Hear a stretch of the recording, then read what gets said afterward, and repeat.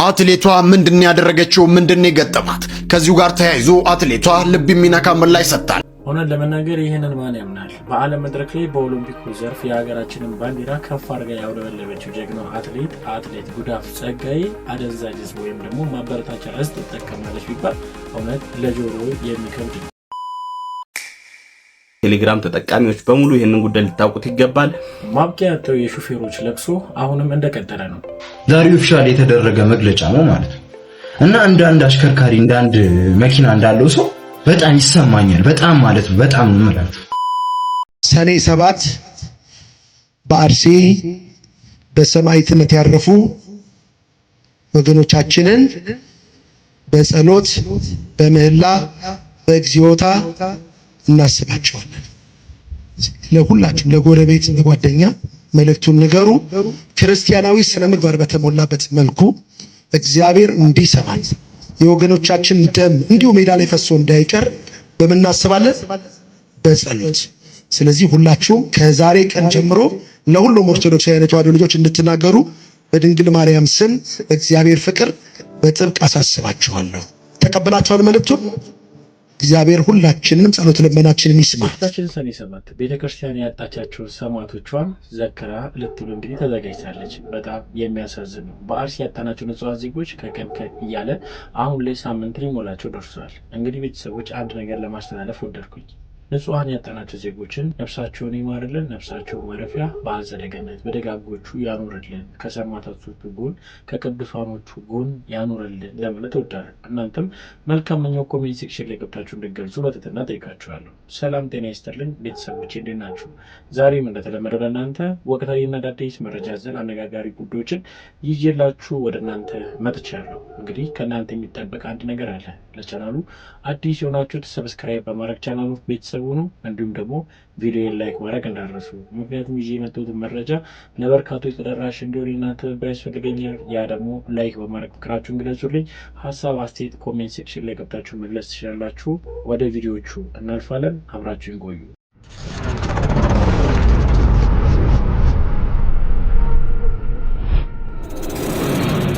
ባካችሁ 3 ጊዜ ብቻ ኮፒ ሊንክ ያድርጉ። ይሄ ቪዲዮ ለአንድ እህታችሁ ደርሶ ከዚህ ወጥመድ ሊያድናት ይችላል። በደንብ ይደመጥ። ከቅርብ ጊዜ ወዲህ በፌክ አካውንት አሪፍ ስራ አለን እንቀጥራችኋለን እያሉ ሴት እህቶቻችንን በመቅጠር የሚዘርፏቸው ሌቦች በዝቷል። ዛሬ አንዲት ተከታይ ላይ ደረሰው ብትሰሙ ትማሩበታላችሁ። ለስራ ነው ብሎ ቀጥሯት አገኘ። ልክ ሰላምታ ለመስጠት እጅ ለእጅ ሲጨባበጡ ሰውነቷን የሚያደነዝዝ ኬሚካል ተጠቀመ። በቃ ልክ እንደጨበጠችው አእምሮ አደነዘዘ። እሱ የሚላትን ብቻ የምትሰማ ሮቦት ሆነች። ምንም ቢያዛት ምንም ቢላት እሺ እንጂ እምቢ ካፍ አልወጣም። የያዘችውን ብር ውድ ስልኳን የሞባይል ባንኪንግ ፓስወርዶቿን ሳይቀር በገዛ እጆቿ አስረከበች። ሁሉንም ከዘረፋት በኋላ ባዶ ሜዳ ላይ ጥሏት ተሰወረ። አሁን ያለውበትን ሁኔታ እኔና ፈጣሪ ብቻንን የምናውቀው። ይሄ ነገር በኔ ብቃ ከኔ ተማሩ ትለናለች። ስለዚህ እህቶች የሥራ ጥሪ ሲመጣላችሁ የመጀመሪያው ብቻሽን ፍጹም አትሂጂ። ማናጀር ካለሽ ማናጀርሽን፣ ከሌለሽ ከቤተሰብ አባላት አንዱን አስከትለሽ ሂጂ። ሁለት ከማታቂው ሰው ጋር በፍጹም አትጨባበጭ። ይህ መረጃ ይጠቅማችኋል ብዬ ስላሰብኩኝ ይዤላችሁ መጥቶኝ በሐሰተኛ ወይም ደግሞ በፌክ አካውንት እንግዲህ በተከፈቱ በርካታ ቻናሎች የሥራ እድል አለ ብለው በመጥራት እንግዲህ በበርካታ ንጹሃን እህቶቻችን ላይ ከባድ የሆነ ማጭበርበር እንዲሁም ግፍና በደል እያደረሱ ስለሆነ እባካችሁን በተቻላችሁ አቅም ተጠንቀቁ ለማለት እወዳለሁ። ይህ መረጃ ሊጠቅም ስለሚችል ለበቻላችሁት ለወዳጆቻችሁ ሼር በማድረግ እንድታደርሱ በትህትና ጠይቃችኋለሁ። በተጨማሪም ወደ ሌላ ጉዳይ ስናልፍ ደግሞ በቴሌግራም እጅግ በጣም በርካታ ሰዎች እየተጭበረበሩ አካውንታቸው ሀክ ተደርጎ እንዲሁም ደግሞ አላስፈላጊ መረጃዎች እየተለዋወጡባቸው ይገኛል። ምንድን ነው? እስቲ ለማንኛውም ቪዲዮ ልጋብዛችሁና የበለጠ እንወያይበታለን። የጥንቃቄ መልእክት ነው። ሁላችሁም ይህንን ቪዲዮ ላይክ፣ ሼር፣ ሪፖስት እንደገና እዚህ ጋር ከላይ በኩል ያለችውን የፕላስ ምልክት መጫን እንዳትረሱ። ወደ ጉዳይ እገባለሁ። ሰሞኑን እጅግ በሚያስጠላ ሁኔታ በተለይ ቴሌግራም ላይ እየተካሄደ ያለው ነገር እጅጉን በጣም የሚያስጠላ ነው። ቴሌግራም ተጠቃሚዎች በሙሉ ይህንን ጉዳይ ልታውቁት ይገባል። በምንም ተአምር የቅርብ ጓደኛ ከእህትህ ከወንድምህ እንዲሁም ደግሞ በጣም ከምታምኑት የሃይማኖት መምህርም ሆነ ከማንኛውም ሰው የሚደርሳችሁ መልእክቶች ሊኖሩ ይችላሉ። በጣም ደግሞ በሚያስጠላ ሊንኮች ጋር ተያይዘው የሚያስጠላ ምስሎች ጋር ተያይዘው። ስለዚህ ማንኛውም አሁን ላይ ቴሌግራም ስከፍቱ ሊንክ ያለው ምንም ነገር ፈጽሞ እንዳትጫኑ። እርግጠኛ ሆናችሁ አስፈላጊ ከሆነ ሊንኩን ኮፒ አድርጋችሁ ቻት ጂፒቲ እና እንትን ላይ ገብታችሁ ቼክ ማድረግ ይኖርባችኋል። ከዛ ውጭ ግን ሊንኮችን እየከፈታችሁ እናንተ ማትፈልጉትን እጅግ ጸያፊ ምስሎች ሴቭ ላረጋችኋቸው ቁጥሮች በሙሉ አንድ አይደለም 2 3 እየደጋገመ የሚያስጠላ ምስል ጋር ያይዞ እየላከ ነው። ብዙ ልጆች በዚህ ሁኔታ ላይ ተጎድተዋል። በዙ አጋጣሚ እንግዲህ የሆነ ሰው ሲልክላችሁ ይሄ ሰው ምን ሆኖ ነው ምናምን ብላችሁ ያንን ሰው እንዳትታዘቡትም ጭምር ነው መልእክቴን የማደርሰው። ሁላችሁም ይህን ቪዲዮ ላይክ፣ ሼር፣ ሪፖስት ማድረጋችሁን አትርሱ። መልካም ጊዜ።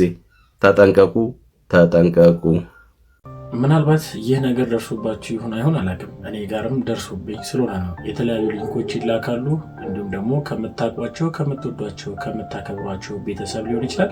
ብቻ ግን በቅርባችሁ ካሉ ሰዎች አካውንታቸው ሀክ ስለተደረገ ወደ እናንተ ይላካል። ያንን ሊንክን በነካችሁ ሰዓት ደግሞ የእናንተም አካውንት በእነሱ ቁጥጥር ስር ይውላል ማለት ነው። እባካችሁን ተጠንቀቁ ለማለት እወዳለሁ። ምንም አይነት ሊንክ ከወዳጅ ዘመዶቻችሁ ቢላክ እንኳን ከቅርብ ሰዎች ቢላክላችሁ መጀመሪያ ሊንኩን የላከውን ግለሰብን ወይ ደግሞ አካልን አናግራችሁ ሊንኩን ብትጠቀሙ ይሻላል ብዬ ሀሳብ መስጠት ፈልጋለሁ። እንደዚህ የገጠማችሁ ኮሜንት ሴክሽን ላይ እየገባችሁ አለን ብላችሁ ሀሳባችሁን ሼር ብታደርጉ እንወያይበታለን። ወደ ሌላ ጉዳይ ወደ ዋናው ስናልፍ ደግሞ አትሌት ጉዳፍ ጸጋይ ምንድነው የገጠማት? እስቲ አንድ መረጃ ላቀብላችሁና እንወያይበታለን። አትሌቷ ምንድን ያደረገችው? ምንድን የገጠማት? ከዚሁ ጋር ተያይዞ አትሌቷ ልብ የሚነካ ምላሽ ሰጥታለች። የኢትዮጵያ ጸረ አበረታች ቅመሞች ባለስልጣን ዛሬ ባወጣው ይፋዊ መግለጫ በታዋቂዋ አትሌት ጉዳፍ ጸጋይ ላይ የዶፒንግ ሕግ ጥሰትን ተከትሎ የ4 ወራት የእገዳ ውሳኔ አስተላልፏል። ይሁንና አትሌቷ ውሳኔውን ተከትሎ በይፋዊ የፌስቡክ ገጿ ላይ ባጋራችው ስሜት ቀስቃሽ ማብራሪያ ነገሩ ከማንኛውም አበረታች መድኃኒት ፍላጎት ውጭ መሆኑንና ከወሊድ ፈርቲሊቲ ሕክምና ጋር የተያያዘ መሆኑን በይፋ ገልጻለች። የዓለም አቀፍ አትሌቲክስ ኢንቴግሪቲ ዩኒት እንደ ኢሮፓውያን አቆጣጠር በዲሴምበር 5 ቀን 2025 ከውድድር ውጪ ባደረገው ድንገተኛ ፍተሻ በአትሌቷ ላይ ሌትሮዞል የተባለ የተከለከለ ንጥረ ነገር አግኝቶባታል። ጉዳዩ በዓለም አቀፍ የጸረ ዶፒንግ ኤጀንሲና በኢንቴግሪቲ ዩኒት ሲመረመር የቆየ ሲሆን ከአትሌቷ ጋር በተደረገ የጋራ ስምምነት መሰረት እንደ ኢሮፓውያን አቆጣጠር ከሰኔ 1 ቀን 2026 ጀምሮ እስከ መስከረም 30 ቀን 2026 ዓ.ም ድረስ የሚቆይ የ4 ወራት እገዳ ተጥሎባታል። ከዚህ እገዳ በተጨማሪ አትሌቷ ያስመዘገበቻቸው የውድድር ውጤቶች ሙሉ በሙሉ እንዲሰረዙ የተወሰነ ሲሆን ያገኘቻቸው ሜዳሊያዎች፣ የገንዘብና የቁሳቁስ ሽልማቶች ሙሉ በሙሉ ተመላሽ እንደሚሆኑ ተነግሯል። አትሌት ጉዳፍ ጸጋይ ውሳኔውን ተከትሎ በገጿ ላይ ባሰፈረችው መልእክት ይህንን መረጃ ለሁላችሁ ማጋራት እፈልጋለሁ። ሌትሮዞል የተባለው ተጨማሪ መድኃኒት የወሰድኩት በሐኪሜ ትዕዛዝ መሰረት የወሊድ አቅሜን ፈርቲሊቲ ለማስተካከል በነበረኝ የሕክምና ሂደት ምክንያት ነበር። በአሁኑ ሰዓት እርግዝናዬ በጥሩና ፍጹም በሆነ ሁኔታ ላይ ይገኛል። ልጄ በሰላም እንደተወለደ ፈጥኜ ወደ መወደው የስፖርት መድረክ እንደምመለስ ተስፋ አደርጋለሁ ብላለች። አትሌት ጉዳፍ ጸጋይ እንግዲህ ከባድ የሆነ ክስ ነው የቀረበባት። በአትሌቱ ብቻ ሲሆን በስፖርት ዘርፍ እንግዲህ ከአበረታች እጾች ወይም ደግሞ አረጋጭ የምንላቸው ማነቃቂያ እጾችን የተጠቀሙ ሰዎች ከባድ የሆነ ክስ ይጠብቃቸዋል። ከሩጫው ዓለምም ሊሆን ይችላል ከስፖርቱም ዓለም እስከ ወዲያኛውም የሚያሰናብትም መሆኑን መርሳት የለብንም። ከዚህ ጋር ተያይዞ እንግዲህ እስካሁን የወጡት መረጃዎች ወንድማችን ያቀብለን ይመስላሉ። እናንተ እንዴት ተመለከታችሁት? ለማንኛውም ግን ሀሳብ አስተያየት ካላችሁ ኮሜንት ሴክሽን ላይ ገብታችሁ ግለጹልኝ። ሌላኛው እንግዲህ በዚህ ሳምንት በርካቶችን ያነጋገረው የኮሜዲያን አሌክሶ ጉዳይ ነው። እንግዲህ ታሞ ሐኪም ቤት እንዳለ ይታወቃል። ከሱ ጋር ተያይዞ የወጡ በርካታ ቪዲዮዎችና መረጃዎች አሉ። እስቲ ልጋብዛችሁና ሀሳባችንን እንገልጽበታለን። ማለት 20 ምናምን ቀን እንቅልፍ ያጣሁትን የመለሱልኝ ናቸው። መተኛት ቻልኩ። በተዛማሚም የተወሰነ በጣም እንደዚህ እንደምልህ አይደለም። ይገባኛል። በጣም ነው የማሰቀለሽ እንትን መውረድ አልችል እኔ በጣም እንትን ተብዬ ነው። ከዛ ዶክተርም እዚህ መተህ እግር ቆሞ ድነህ ካልወጣ አትወጣም አይደል? እግዚአብሔር ይስጣቸው። ከእግዚአብሔር ጋር እንግዲህ ዛሬ በአራተኛ ቀኔ እግሬ እንኳን መቆም ጀመረ። እንደዚህ ማውራት ቻልክ? አዎ አቼ እንደዚህ ላወራህ አይደለም በቃ የምትጣላኝ ነው የሚመስለኝ። ዛሬ የተሻለ ነው። ነገንም የሚያውቀው አምላክ ነው። አንተ አታውቅም። እኔ ማለት ነው አሁን እኖራለሁ ብዬ አላሰብኩም። የነበረኝን ህመም ሳይሆን ማለት ነው ትንሽ ከባድ ነው ምንም አይደለም። በቃ ሕክምና እዚህ ጀምሬያለሁ። በቃ በጸሎታችሁ አትለዩ ነው የምለው። በተለይ እግሬ እንዲቆም ትቆማለህ። ስለዚህ ሌላ ሁላችሁ በጸሎታችሁ ብቻ አትርሱኝ። ጸሎት ወሳኝ ነው። ቸር የኢትዮጵያ ሕዝብ እንግዲህ አሌክስን እንደሚያግዘው አልጠራጠርም። እስኪ የአካውንት ነምበርህን እስኪ ንገረን።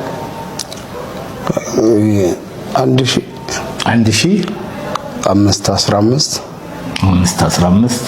452 797 እኛም እንግዲህ በጽሁፍ ከስር እናስቀምጠላችኋለን። የኢትዮጵያ ሕዝብ አሁንም አሌክስን ከጎኑ እንደሚቆም አልጠራጠርም። አሌክስ እንግዲህ እግዚአብሔር ይማርህ። አሜን። እንደሰማችሁት ነው በከባድ ህመም ላይ እንደሚገኝ እንዲሁም ደግሞ እንግዲህ አሁን ላይ የህክምና እርዳታ እየተደረገለት እንደሆነ ተናግሯል። እንግዲህ በርካታ ኢትዮጵያውያን ከጎኑ ናቸው። በገንዘብም በጸሎትም በሀሳብም ቢሆን ልንደግፎ ይገባል። እንግዲህ በዚህ ጉዳይ ላይ ሀሳብ ካላችሁ ተበሉበት። እኔ ግን እዚህ ጋር ልናገር የምችለው ነገር እንግዲህ ፈጣሪ ፈጽሞ ጨርሶ ብሩክ ለቤትህ በሰላም ያብቃ ለማለት ወዳለሁ። እናንተ መልካም ምኞት ካላችሁ ኮሜንት ሴክሽኑ ክፍት ነው፣ ሀሳባችሁን ግለጹ።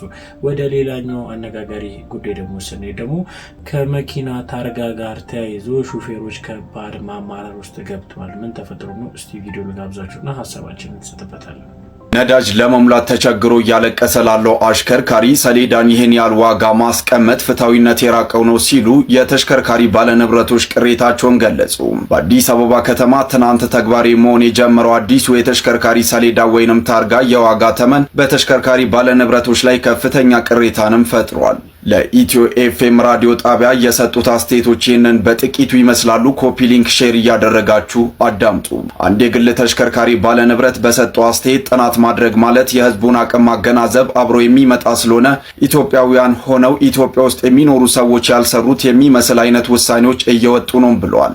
አዲስ የተሽከርካሪ ሰሌዳ ዋጋ ጫና ውስጥ ያለውን ኢትዮጵያውያን ኑሮ ይበልጥ ያከብደዋል ሲሉም ቃላቸውን ሰጥተዋል። የሜትር ታክሲ የትራንስፖርት ዘርፍ ላይ የሚገኙ ባለንብረት ይህንን ሲያስረዱ አንድ ታርጋ የዚህን ያህል ተአምር አይደለም። የዚህን ያህል ዋጋ የሚቀመጥለት ሰው የአቅሙን ያህል ከፍሎ ሰርቶ እንዲኖር ማድረግ ያስፈልጋል። የህዝብ አቅም ያማከለ ህግ ለምን እንደማይወጣ ስመለከት ግራ ይገባኛል ሲልም ገልጿል። ሌላኛው የሜትር ታክሲ ባለንብረት ደግሞ በሰጠው አስተያየት ለስራ በብድር ለገዛውት መኪና 56000 ብር ለሰሌዳ ትከፍላለህ መባል በጣም ይከብዳል። ለጎማ እቁብ እየገባን የምንቀይር ሰዎች አሁን ደግሞ ለታርጋም እቁብ እየገባን ልንቀይር ነው ማለት ነው ሲልም ተናግሯል። ሌላኛው የግል ተሽከርካሪ ባለንብረት በሰጠው አስተያየት የዓለም አቀፍ ዋጋዎች ምሳሌ እንኳን ለማድረግ ዋጋው $10 እስከ $7 የሆነ ዋጋ መጠን ያለው ነው። በኢትዮጵያ ለሰሌዳ ዋጋ መወደድ ምክንያት ሆኖ እየቀረበ ያለው የሰሌዳ ቴክኖሎጂ ከሆነም አቅማችንን ያላገናዘበ ቴክኖሎጂ የኛ መሆን አይገባውም ብለዋል። አክሎም ድህነታችንን ለማሳበብ ሳይሆን እንደ ህዝብ ኪሳችን ባዶ ነው። ነዳጅ ለመሙላት እያለቀሰና እየለመነ ያለን አሽከርካሪ ላይ እንደዚህ አይነት ጫና መቀመጡ የታሰበበት ነው ብዬ አላስብም ሲል ሐሳቡን ሰጥቷል። የንግድ መገልገያ ተሽከርካሪ እንዳላቸው የተናገሩት ሌላኛው ባለንብረት ደግሞ በሰማነው ነገር ተገቢ ያልሆነና ህዝቡ ያለበትን ሁኔታ የማያማክልና በጭራሽ የተደረገ ነገር መቼም በዚህ መልኩ ይሆናል ብሎ የማይታሰብ ነው። ይህ እንደዚህ ተብሎ ሊነገረንም አይገባም ብሏል። ለታርጋ 56000 ብር ነው ማለት የመኪና ዕቃ ውድ በሆነበት ሰዓት፣ ኑሮ በተወደደበት ሰዓት ታርጋውን ከወርቅ ጥፍጥፍ ቢሰራ እንኳን ለእኛ አያዋጣንም። በግዳጅ ካላደረጋችሁ ከተባልን ግን ምንም ማድረግ አንችልም ሲሉ ተናግሯል። ይፋ የተደረገው የአዲሱ ሰሌዳ ዋጋ ስሌት እንደ ሀገሪቱ ዜጋ የአቅምን ልክ ቃኝቷል የሚባል አይደለም ያሉት ባለንብረቶቹ ሀገሪቷ ውስጥ ለሚወጡ አሰራሮች ተደርጓል የሚባሉ ጥናቶች የሚከተሏቸው መስፈርቶች ከዜጎች ኑሮ ጋር የሚቃረን ይመስላልም ብለዋል። የትራንስፖርትና ሎጂስቲክስ ሚኒስቴር የትራንስፖርት አገልግሎትና ቁጥጥር ዘርፍ አማካሪ አቶ አስፋው ሐዲስ እንደተናገሩትም የሰሌዳው ዋጋ እንደ ተሽከርካሪው አይነት የሚለያይ መሆኑን ጠቁመው የሰሌዳው ዋጋው የአገልግሎት ዘመኑን ታሳቢ ያደረገ ነው ብለዋል። በግለሰብ በብዙሃን ትራንስፖርትና በኤሌክትሪክ ተሽከርካሪዎች መካከል ያለው የሰሌዳ ዋጋ የተለያየ መሆኑንም አንስተዋል። አማካሪው እንዳሉትም ለኤሌክትሪክ እና ለብዙሃን ትራንስፖርት የሰሌዳ ዋጋ ድጎማ ይደረግላታልም ብለዋል። በዚህ ምን ትላላችሁ? አስተያየታችሁን በኮሜንት ላይ አስቀምጡ። እዚህ ጋር ያለውን ጭማሪውት፣ እዚህ ጋር ያለውን ጭማሪውት የምሬን ነው የምነግራችሁ። እዚህ ጋር ያለው 56000 ብር የሚለውን ነገር አይታችሁታል። ዛሬ ኦፊሻል የተደረገ መግለጫ ነው ማለት ነው።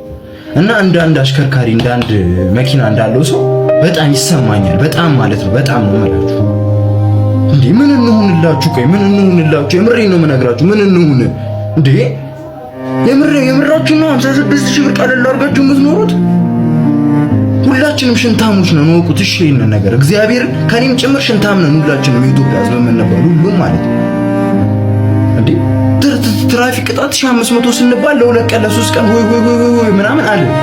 አሁን ደግሞ በ56000 ብር በታርጋ በማይመጣበት መጥቶባልሽ። እግዚአብሔርን የምሪ ነው መነገር እንዴ።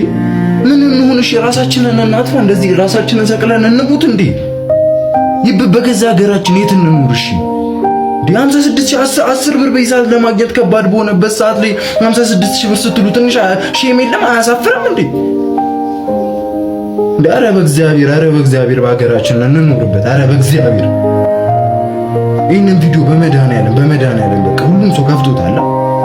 በቃ ለሁሉም ሰው ሼር አድርጉልኝ። ለሁሉም ሰው በእግዚአብሔር በቃ ለሁሉም ሰው ሼር አድርጉልኝ። በቃ ይህን ቪዲዮ በመብራት ይኸው ተስፋ ቆርጠን ቤት እኮ ነው የምንሆንላቸው እኮ ለእነሱ ምን እንሆን? እሺ ከዚህ በላይ ኧረ ስለ እግዚአብሔር በሀገራችን እንኖርበት። የተሰጠንን አየር እንተንፍስበት። ኧረ በስመ አብ ምን አይነት ሀገር ውስጥ እንደምንኖር ራሱ ከበደኝ ነው የምለው። ሁልጊዜ ጭማሪ ሲደረግ ትንሽ አያሳፍርም? ኧረ በስመ አብ። በነገራችን ላይ ታርጋ ሲወጣ በዓለም አቀፍ ደረጃ አሜሪካን ከ$10 እስከ $70 ድረስ ይለያያል። $25 አቬሬጅ ነው ኒውዮርክ እንዴት መኪና ብርቅ እንደሆነ ታውቃላችሁ። አውስትራሊያ ትልቁ $40 ነው የአውስትራሊያ ዶላር። እንግሊዝ $27 ነው። ትልቁን ነው ያወራችሁ ያለሁት። የገቢ ስታተሳችንን ታውቃላችሁ። ኢትዮጵያውያንና እንግሊዞች 50 ዩሮ ለማግኘትና 56000 ብር ለማግኘት የምናደርገውን ታውቃላችሁ። የግል ተሽከርካሪ መኪና ገቢ የለውም፣ ወጪ ነው፣ ነዳጅ ነው የሚያወጣው። ቆጥበህ ለፍተህ ነው የምትገዛውና ድሮ የቤት መኪና ያለው ሰው ሀብታም ነው እያለ ያደገ ሰው ነው አሁን ቁጭ ብሎ 56000 ብር እንዳለው አሲዩም የሚያደርገው ሰው። እንደ ኢትዮጵያዊ 56000 ብር ከፍሎ ታርጋ የሚያወጣ ሰው ሰነፍ ዜጋ ነው ብዬ ነው የማስበው። ለሀገሪቷም አይጠቅማትም። ይሄ እወቁት።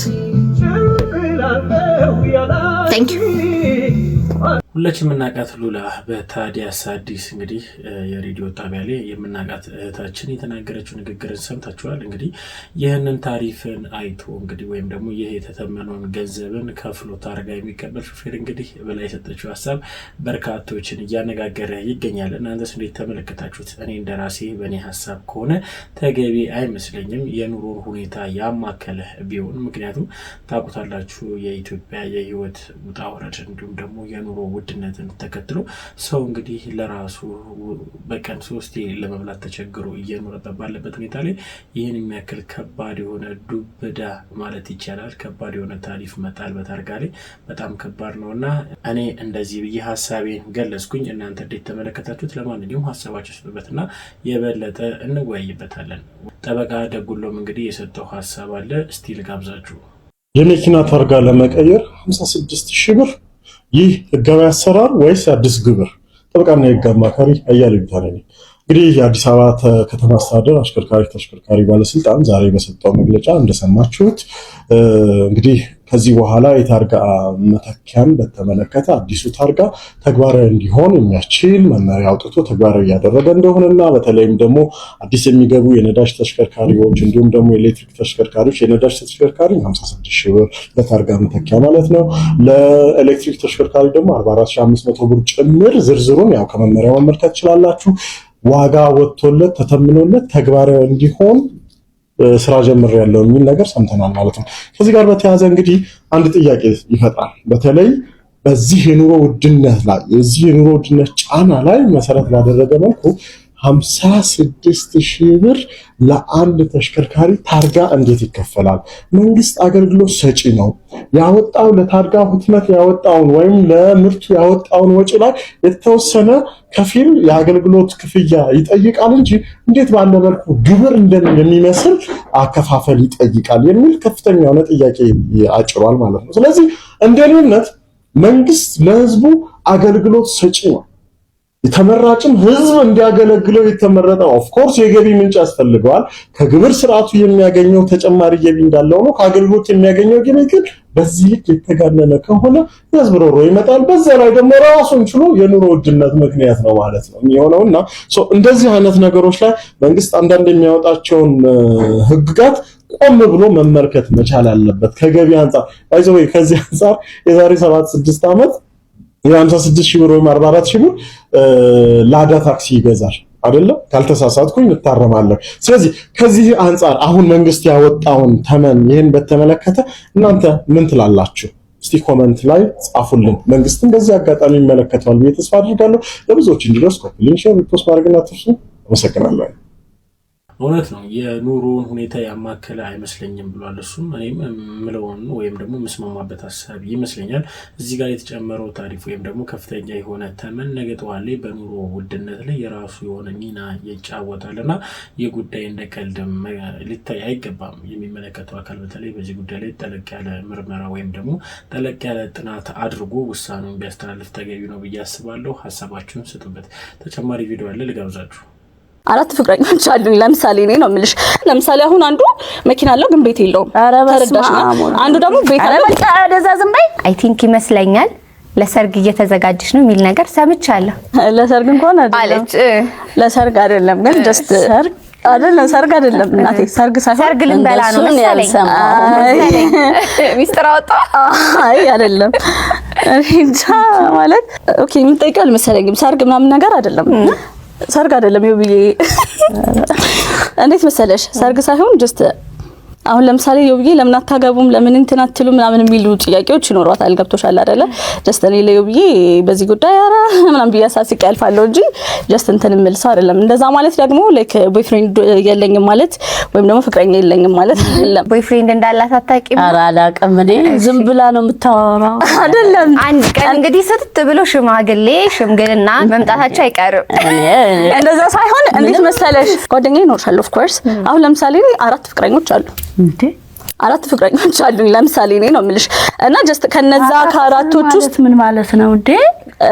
እኔ ለምጠይቅሽ ለዛ 4 ፍቅረኞች አሉኝ። ጀስት ላስረዳሽ 4 ፍቅረኞች አሉኝ። ዝም በይ። ይሄም ቢጠየቅም ነገር አይደለም። ኖ አንዴ ከጠየቅሽው ጀስት ዮቢካ ካሜራ አለ። አይ አንቺ ምን ተወዳጅ ናት ለመባል ነው? ተወዳጅ ነኝ አይደል? እናቴ አሁን ካሜራ አለ እና ምን አይደለም። አይ የሌለውን ነገር ስታወራ እኮ እንትን አለኝ። አሁን ካሜራ አለ ካሜራ አለ እናቴ አራት ፍቅረኛ አለን ነው ብዬ ማለት ያው ጓደኛም 4 ታዲያ ይባላል። እናት አሁን ካሜራ አለ ታዲያ ካሜራ ቢኖር 4 ብለሽ ስትናገሪ አይ 4 እኮ እኔ ማለት ምን ማለት ነው ታዲያ? አልሽ እኮ ገና ያልወሰነችባቸው እየተማረጠ ነው እንደሚወሰነው ምን ማለት ነው? እንደዚህ ትዳር ውስጥ አይገባም አይደል? ለምሳሌ አሁን አንዱ መኪና አለው ግን ቤት የለውም። ተረዳሽ? አንዱ ደግሞ ቤት አለው። በቃ ደዛ ዝም በይ። እኚህ እናትና ልጅ እንግዲህ በነበራቸው ወይም ደግሞ በ2030 በሚለው የኢቢኤስ ፕሮግራም ላይ በነበራቸው ቆይታ ላይ እንግዲህ ሲነጋገሩበት የነበረበት መንገድ በርካቶችን እንግዲህ ትንሽ ፈገግታ ይጫረ ይመስለኛል። እናትና ልጅ በጣም ደስ የሚል ጊዜ ነበር የነበራቸው። ሙሉ ቪዲዮ እንግዲህ ኢቢኤስ ላይ ያለ ገብታችሁ ብትወጡ ወደ እናንተ አስተላልፈው። ለማንኛውም ቤተሰቦች ዛሬ ይዤላችሁ የመጣኋቸው ቪዲዮችን ይመስላሉ። እስካሁን ድረስ አብራችሁኝ ስለቆያችሁ ከልብ አመሰግናለሁ። ይዣችሁ በመጣኋቸው መረጃዎች ሀሳብ አስተያየት ካላችሁ ኮሜንት ሴክሽኑ ክፍት ነውና ሀሳባችሁን ነፃነት ግለጹልኝ ለማለት ወዳለሁ። በቀጣይ ቪዲዮ እስክንገናኝ ሰላም ቆዩ። እወዳችኋለሁ። የአዲስ አበባ ፖሊስ እና የፌደራል ፖሊሶች ማለት ነው የመጀመሪያ ጥያቄ ቪዲዮ ስሩልኝ ብዬ ልጠይቃቸው የተዘጋጁ የመጀመሪያ ሰው ሆኛለሁ። አዳምጡኝ። ቀልዱ ነው፣ በደንብ እንድታዳምጡ እፈልጋለሁ። የፖሊሶች አዲስ አበባ ፖሊስ እና የፌደራል ፖሊስ አባላትም አመራሮች ስትሰሙኝ እግዚአብሔር ምስክሬ ነው፣ በቀንነት ነው የማወራው። እኔ አገሬን የምወድ ሰው ነኝ። አገሬን የምወድ ሰው ነኝ ስል ማህበረሰቤን የምወድ ሰው ነኝ። ማህበረሰቤን የምወድ ሰው ነኝ ስል ደግሞ ማህበረሰቤን ሰላም የሚያደርግልኝን አካል በደንብ አድርጌ የምወድ ሰው ነኝ፣ የማከብር ሰው ነኝ። የ3ኛ ሻለቃ ማይጨው ጦር ሰፈር የ93ኛ ክፍለ ጦር መዝናኛ ክበብ ውስጥ እንዲየተራማመደ ያደግን ሰዎች ነን። ምን ለማለት መሰላችሁ? ከኔጌቲቪቲ እንዳትጀምሩት የምነግራችሁ ኩዌስችን ሳደርጋችሁ እንደ መብቴ እንደ ሀገሬ እንደምድር እንደመረጠ ሰው መብታችን ስለሆነ የምጠይቃችሁ። ስለዚህ ሶሻል ሚዲያ ላይ መታችኋል፣ ቲክቶክ መታችኋል፣ ከስር ሜንሽን አደርጋችኋለሁ፣ ትመልሱልኛላችሁ። በተለይ የኢትዮጵያ ፌደራል ፖሊስ የሰራችሁትን አፕ በደንብ አድርጌ አስተዋውቂያለሁ። አምኜበት ወድጄው እና እኔ ካፌ የመጀመሪያው ነው በጣም ቆንጆ በጣም ተስፋ ከማድረግበት የፖሊስ ዴቨሎፕመንቶች ወይም ደግሞ የቴክኖሎጂካል ዴቨሎፕመንታች ውስጥ አንደኛው ነው ፊት ለፊት ማስቀምጠው ነው። ላስት ታይም ደግሞ በኦንላይን የከፈታችሁትን ያለ ማንም ሰው ከሰው ንክኪ የምትባሉ ሪፖርት ማድረግ የማይቻታለው እሱን በደንብ ሰራበታል ለሰዎች። ግን እሱን ከማድረግ በፊት ፖሊስ እንደዚህ ነው እዚህ ቦታ ላይ 991 ደውሉ፣ ለአዲስ አበባ ፖሊስ ደግሞ 990 ደውሉ፣ ቪዲዮ መቅረጽ እንደዚህ አድርጋችሁ የሰራቻችሁ ነገር በሊንክም በፎቶም በቪዲዮ ማድረጋችሁ አፑን ላኩ፣ ተጠቀሙ። እየተለመናችሁ ነው ያላችሁት እኮ ፖሊስ ይሄንን ስራ አንድ እርምጃ ወደኛ መጥቶ ሲመጣ ለምንድን የምንፋዘዘው እየጮኩኝ ከዛስ የገጠማቸው ሲነግሩኝ ስለተደራረበ አሁን ለእናንተ ጥያቄ አቀርባለሁ። ፌደራል ፖሊስ እንዳልኳችሁ ያቺን አፕ ሰርታችሁልኝ ከዛ ደግሞ ከሰው ንክኪ የተባለችው አነካችሁልኝ ኢንቴንሽኑ ይገባኛል። ወይንም ወዴት እየሄዳችሁ ነው? በቃ ወደ ሞደርናይዜሽን ወደ ዴቨሎፕመንት ወደ ቴክኖሎጂካል እድገት እየሄዳችሁ ነው ያላችሁት። ፋይን የምወደው ነገር አዲስ አበባ ፖሊስ በ11 ክፍለ ከተማ ምን አይነት ሪፎርም እያደረጋችሁ እንደሆነ አሳይታችሁናል። ዋና ዓላማችሁ ደግሞ ወደ ቴክኖሎጂካል ዴቨሎፕመንቶች ላይ ወንጀልን መከላከልና የደረሰን አደጋ የደረሰን ወንጀልን ሪፖርት ማድረግ ለፖሊስ ማሳወቅ ከዛ ከህብረተሰቡ ጋር አንድ መስራት የምታስቡት ነገር ነው የምትፈልጉ። አንድ መስመር ላይ ኮነን ያለነው እኮ ግን የእናንተ የሆነ የፖሊስ አባላት እሱን ለመተግበር እናንተ የሰጣችሁን መብት እናንተ አልሰጣችሁን፣ ህገ መንግስቱ የሰጠን መብት እናንተ ደግሞ የፈጠራችሁን ቴክኖሎጂ መጠቀም የሚያስችሉንን ራስ መከላከል ውስጥ አንደኛው የሆነው እኛ ሀገር ሆኖብን ነው እንጂ ቪዲዮ ሪከርድ ማድረግ ኢትስ ዋን ዌይ በጣም ሰላማዊ የሚባል ራስን የመከላከል መብት ነው። ራስን መከላከል ሲባል ዱግባ እንደዛ ፐርከት ለወርቀው እንደዛ አይደለም የሚደረገው። አደጋ እንዳይደርስብኝ መጀመር ፕሪቬንት ለማድረግ የተሻለ ጥረት ማድረግ ያ መብቴ ስለሆነ ነው አይደለም። ቪዲዮ ላካላችሁን ከግለሰብ ከሲቪሊያንም ከሆነ ከፖሊስ ጋር የማደርገው መስተጋብር ግንኙነቶችን ቪዲዮ ሪከርድ ማድረግ መብት አለኝ ማለት ነው። አለኝ እኮ መጀመሪያም ግን እሱን ቪዲዮን ለእናንተ መልክላችሁ። ስለዚህ የፌደራል ፖሊስና አዲስ አበባ ፖሊስ እንድትነግሩ የምፈልገው እኔ ብዬ ገባ የከለከለ ህግ ስላላየሁኝ የሚፈቀድም ስለሆነ የህገ መንግስታዊ መብትም ስለሆነ ከዛ ደግሞ ራስን የመከላከል መብትም ስላለ የምስክር ማስረጃ ነገሮችን የሚጠቅሙ ነገሮችን የመሰብሰብ የመያዝ ኢንፎርሜሽኖችን የመያዝ መብት ስላለ ብዬ ነው እያወራሁት አይደል ከኔ ለህብረተሰብ የነገሩት ነው። ተሳስቶም ኮድ ነው ተሳስታ እንደዚህ የሚባል የለም ብላችሁ ግን ይገሩ እንቅጩን ማወቅ ስላለብን ነው ቁርጣችን አውቀን መቀመጥ ስላለብን አዲስ አበባ ፖሊስ ፌደራል ፖሊስ እኛ ሲቪሊያኖች ፐብሊክ ቦታ ላይ ወይንም ደግሞ መኪናችን ውስጥ ሄደን በምንራመድ ቦታ ላይ መንገድ ላይ አውራ ጎዳናዎች ለፎርታት ማተር ቤታችን ውስጥ ሆነን ከየትኛውም የፖሊስ አባል ጋር ያለንን መስተጋብር ከተጠራጠርን ሁሉንም እንቀርጻለን ማለት አይደለም። ነገር ግን የሚጠይቁን ጥያቄ የሚያደርጉን ነገሮች ኖ ዲስ ኢዝ ኖት ራይት ይሄን ነገር አንተ የምትለኝ ነገር ብከራከርህና አይደለም ብልህና ሄጄ ሌትስ ትራፊክ ሆነ ማለት ነው ትራፊክ ኃላፊ ጋር ማኔጅመንት ቢሮ ሄጄ ትራፊኩ ኃላፊ ጋር ቢሄድ ኦር ደግሞ ከፖሊስ ጋር ባለ መስተጋብር ኖ እኔ እናንተ ፌደራል ፖሊስ ሄደን ይሄን ማስረጃ ባይ እኔ አይ ዊል ዊን ወይም ደግሞ እኔ ትክክለኛው አንተ ስተትኝ ነው እያደረክ የሚለውን ማስረጃ መቅረጽ የሚከለከል ህግ አለ ወይ? እኛም ማናውቀው ካለ አዎ አለ። ናይብ አይደለም እንጂ ወይንም ደግሞ ይሄ ስራችሁን የሚያስተጓጉላችሁ ነገር ማለት ነው። እሱን እንድትነግሩን አንፈልግም። ለምን ደጋግመን ስለነገርን ስራችሁን ለመስራት በሚያስተጓጉላችሁ ሌላ ሰዎችን ለመያዝ ወይንም ደግሞ ፐርሱ እያደረጋችሁ ወይንም ደግሞ ህግ ለማስከበር እያደረጋችሁ ያላችሁበት ነገር ከስር ከስራችሁ መጥቼ እንዲህ እያልኩኝ ብቀርጻችሁ አይቻልም። ያው አይቻልም። ይሄ ማለት ተመጣጣኝ ኃይል መጠቀም ትችላላችሁ ማለት ነው እና ቃልን እሱም ለህብረተሰብ ነገርናል። ግን በሰላም ከትራፊክ ፖሊስ ጋር ባለኝ ኮንቨርሴሽን የተከበሩ ትራፊክ ፖሊስ አሁን እያሉ ነገር አሁን እርሶ የሚናገሩ ነገር ጋር ስለምቃረን ማለት ነው ቪዲዮ ለማድረግ ቪዲዮ ሪከርድ ማስፈቀድም ሰው ኢንፎርም ማድረግ ቪዲዮ ይቀርጽ ይሄን ኮንቨርሴሽናችን ቪዲዮ ይቀርጽኩን ብዬ ስናገር ግዴታ አሜሪካ ፓስፖርት ሊኖረኝ አይገባም። የአውሮፓ ዜጋ ሊኖረኝ አይገባኝም። መብት ህጉ ስለሚፈቅድልኝ ከዛ ደግሞ እናንተ የፈጠራችኋቸው አፖች ይሄንን ነገር የሚፈቅዱ ስለሆኑ ታዲያ ምን የቲክቶክ ቪዲዮን አልቀው አፑ ላይ ይሄን መስተጋብሬን እኮ ምልኩ አይደለም ነው ተሳስታል ካላችሁኝም አርሙኝ። ምክንያቱም ሌላ ሰዎች ማሳሳት ስለማልፈልግ ነው። እርማቱ መወሰድ ያለባቸው መስተካከል ያለባቸው የፖሊስ አባላቶቻቸው ነው። ከዛ ጋር በሚያደርጉት መስተጋብር ላይ ሲቪሊያኖች ከነሱ ጋር በሚያደርጉት መስተጋብር ላይ ዩኒፎርማቸው ለብሰው ወጥተው ለስራ እስከወጡ ድረስ ፐብሊክ ሰርቫንቶች ስለሆኑ ከነሱ ጋር በሚያደርጉት መስተጋብር ቪዲዮ ቢቀረጽ መብት ነው ሰዎቹ ብላችሁ ነገሩን። ኤክሴፕሽኖችም አባችሁ ነገራችሁ ምን አይነት ሲቹዌሽን ምን አይነት ቦታ ምናምን ነገሮች ወይ ደግሞ እኛንም ቢሮንም ሀገርን ለአደጋ የሚያጋልጥ ነገር ቪዲዮ ሪከርድ አድርገን እንላክ እያለን ስላልሆነ እሱ ላይ ኢንፈሳይዝ እንዳታደርጉልኝ። ኢንፈሳይዝ እንዳታደርጉ የምፈልገው በትክክለኛው መንገድ ፐብሊክ ቦታ ላይ ትራፊክ ፖሊስ ቁጭ ብዬ በሚያርገኝ ንግግር ላይ ካላመንኩበት የሚነገረኝ ነገሮች ለመቀጣቱ ወይም ያዘዘኝ ቅጣት አልቀጣም አሉ አይደል? ጉቦ የሚፈልጉ እኮ እናንተም ታውቃላችሁ እኛም ታውቃላችሁ። አልሰጠህም ጉቦ አልሰጠህም ጥፋት አልቀጣም አስረዳኝ ብዬ የማረጋቸውን ኮንቨርሴሽኖችን ሪከርድ ማድረግ እንደማይከለከል ንገሯቸው ለነሱ። ስለዚህ አሁን ቪዲዮ ትሰሩልናላችሁ። እሺ ሁለታችሁም በተመቻችሁ ሰዓት ነገ ዛሬ ምናምን አላችሁ፣ ግን በተመቻችሁ ሰዓት የምትሰሩት ምንድን ነው መሰላችሁ? አዲስ አበባ ፖሊስ እና ፌደራል ፖሊስ አሁን ያወራላችሁ ነገሮችን የሚፈቀድበት እርከን ነው የሚፈቀድበት ሁኔታ እስከ ምንድን ነው የሚከለከለው ደግሞ ምንድን ነው? ለምን እኔ አዲስ አበባ ልጅ ነኝ፣ አዲስ አበባ ነዋሪ ነኝ። አዲስ አበባ ደግሞ አዲስ አበባ ናት። አዲስ አበባ እኮ ማለት አዲስ አበባ የታሰበላት ነገርና እናንተ ራሳችሁ ደግሞ እየፈጠራችሁ ያለ ነገርና ስንተገብረው ከስር ያሉ የፖሊስ አባላት ሁሉም አይደለም ግን ትንሽ የማይባሉ የፖሊስ አባላት የሚያደርጉት ድርጊት እንድንናደድ የእናንተን ስራ ውሃ መና የሚያደርግ ውሃ የሚያስበላው ድርጊት እያደረጉ ነው። ስለዚህ በፊት እንደ ንቁ ዜጋ እንደ ብቁ ፖሊሶች ሆኑና ወይንም ደግሞ የህዝብ አገልጋይ ሆኑና ለዚህ ምላሽ ስጡን። እሺ እናመሰግናለን ሁለታችሁ፣ አዲስ አበባ ፖሊስም ፌደራል ፖሊስም።